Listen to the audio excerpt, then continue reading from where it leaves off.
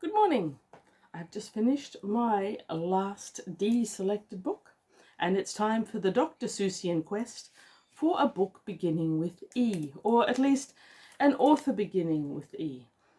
I'm thinking I might have to tweak this challenge a little bit if I'm to succeed in it. But big E, little e, what begins with E? Elephants and eggs and ears and all the things that are not anywhere in Deborah's library. On my to-read shelf, I have a massive 4 books with authors whose name begins with E, and one of them is a cute ace double. So does that count? It's going to have to. On my red shelf, there are a mere 7 books with an author name beginning with E, and it would be different if I liked George Eliot, but I really can't George Eliot. I've tried so many times. 2 of them are kids' books that I'm not in the mood for rereading right now. American Psycho, I'm really not up for. Inner Space, I read just a few months ago. So, and Luca and Tara's, which is a weird book, and I would reread sometime, but I'm not in the mood for. So from the reread shelf, I've only really got Ida by Alison Evans. This is an interesting, strange, and I do believe Australian book. Yeah. echopublishing.com.au that I have read, but it was quite some time ago. I'm due for a reread on this one. So this can be my E-selection.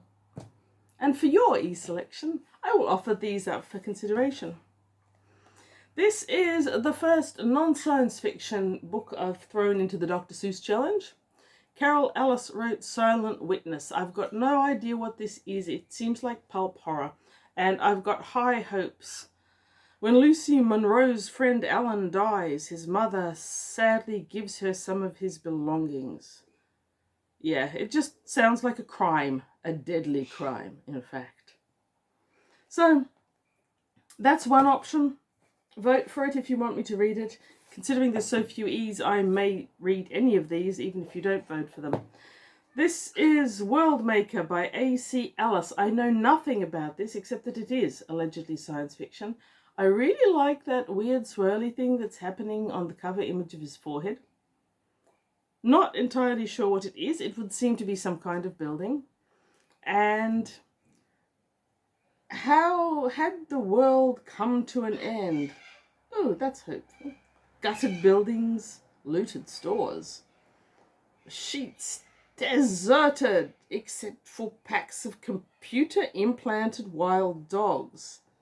Not another soul around. This sounds very hopeful. It has also been on my to-read shelf for a couple of years, so probably wouldn't be a bad idea to get through that one.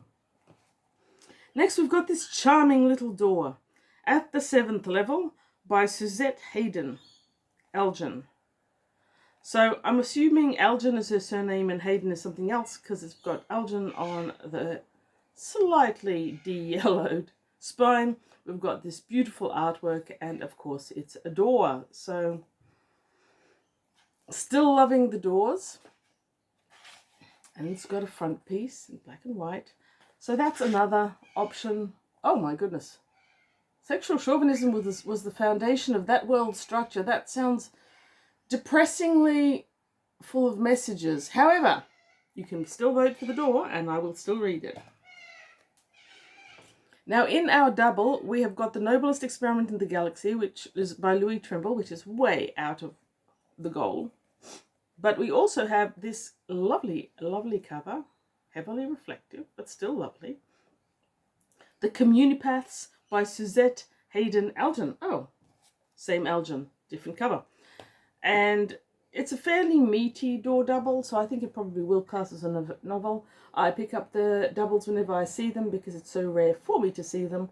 And this is the other one you can vote for. So, something beginning with E. May the voting begin. And in a couple of days, I will tote up the votes, which won't be too many, I'm sure.